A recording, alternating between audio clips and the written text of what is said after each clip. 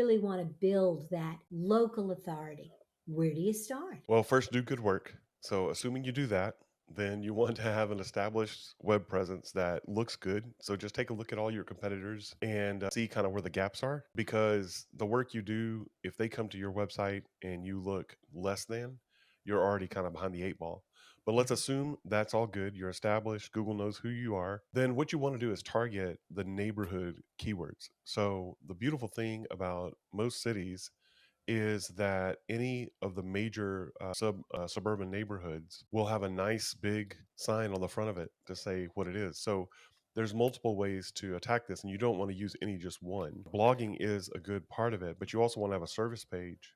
If it's a desirable enough neighborhood that has a big enough demographic footprint there, then what you want to do is say, like, let's say it's Mayfield. Then you're going to put up a service like your website / HVA service / Mayfield or HVA repair Mayfield, right? So that's going to be your page. But then you want to update that page with some local flavor. You know, what school's down the road from it? Do you have a chamber in that area? Go take selfies. Have you and your crew take selfies with the front sign. Now you've got material to put on a blog post. You've got material to put on your page, but you've also got material to post in Instagram, TikTok, Facebook Reels, YouTube Shorts. So now what you're getting out of this one piece of content, the old idea of create once, propagate everywhere, publish everywhere. That's the same idea here, but it's a much more social behavior now. And so what Absolutely. you're able to do is speak this message to all these different audiences because some of these homeowners are going to be on one or the other.